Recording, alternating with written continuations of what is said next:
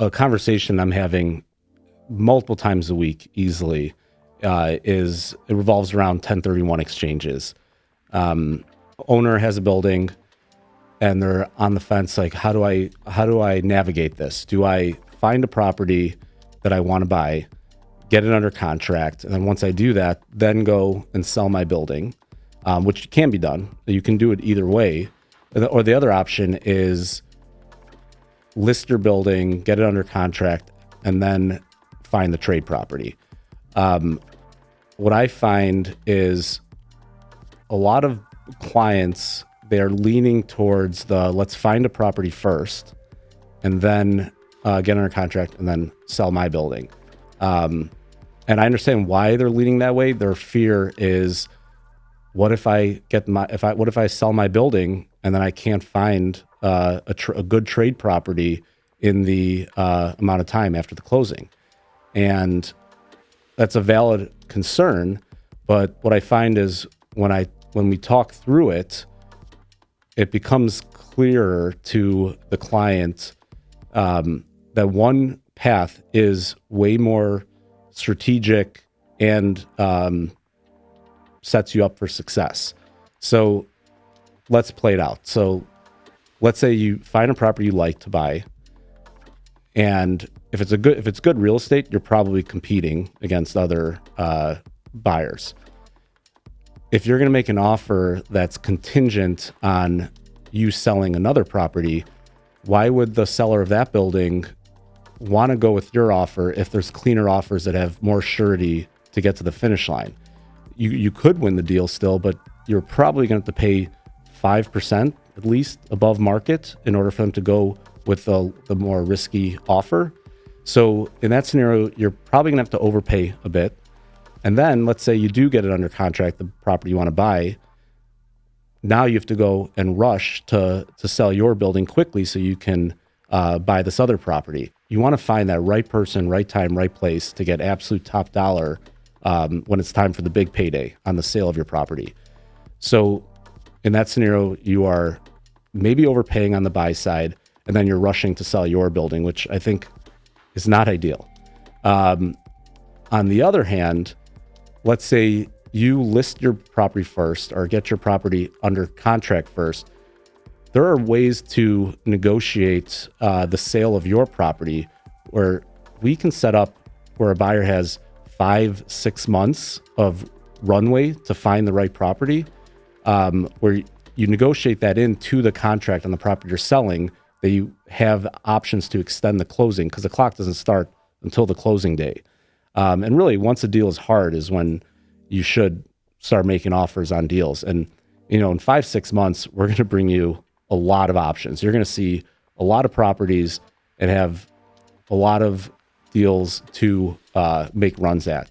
So on that end, you are doing the right process, getting top dollar for your asset. And then once you got that set up, now you're making offers, and you're making offers as a 1031 buyer, which is a higher class of buyer. Sellers, when they receive an offer and it's from a 1031 buyer, they take that much more seriously because they know it's a serious buyer. They know it's not someone that there's less chance they're going to play games. So you become a higher quality buyer also, which could help you get a better deal on the buy side as well. And you're going to get a lot of options if you extend your runway, which we can do. Yeah, I mean, setting yourself to make offers from a position of strength is really important, especially when you're trying to complete a trade.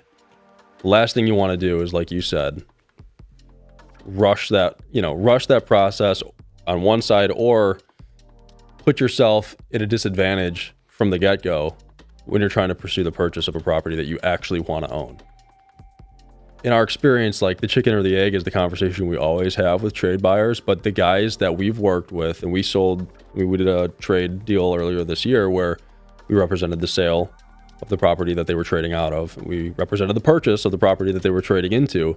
And it makes for a far better execution strategy for the client to go through the proper sequence of events to position themselves as the buyer on the deal they want to purchase. And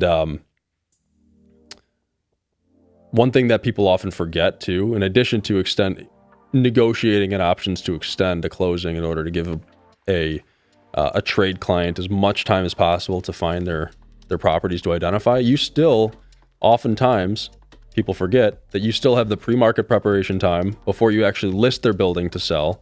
You've got all the time on the market. Once you hit the market, you're showing the building, you're negotiating offers, you're working that sales process, and then you sign a contract, which likely will take at least 2 months to close from there. By the time you close, you still have all the identification time, the closing time for the trade. So you really have the majority of the year ahead of you to execute this strategy, if you really think about all the time involved in putting a trade together. And I think people that are considering a trade often forget about that. And, we do our best to remind them of that, but that is a common misconception, that you're better off flipping that sequence in pursuing it in the opposite order. Have you ever done 1031 where you found the property first? Yes, the only way that works though is if the client can reverse exchange. So if they have the capital and the funds in order to buy the property they want to buy, secure that deal, and then reverse exchange out of the property they're selling into that property they bought. That's the only way that I've successfully made that happen. If they're not capable of the reverse exchange, I don't believe in my career I've ever seen it happen or been able to do that. I've done a handful of reverse exchanges, and again, it is someone needs to have the capital in order to take that down, but not once. I've done a lot of 1031s, and not once has the buyer found the property first. It's possible, but it's not easy. Yeah.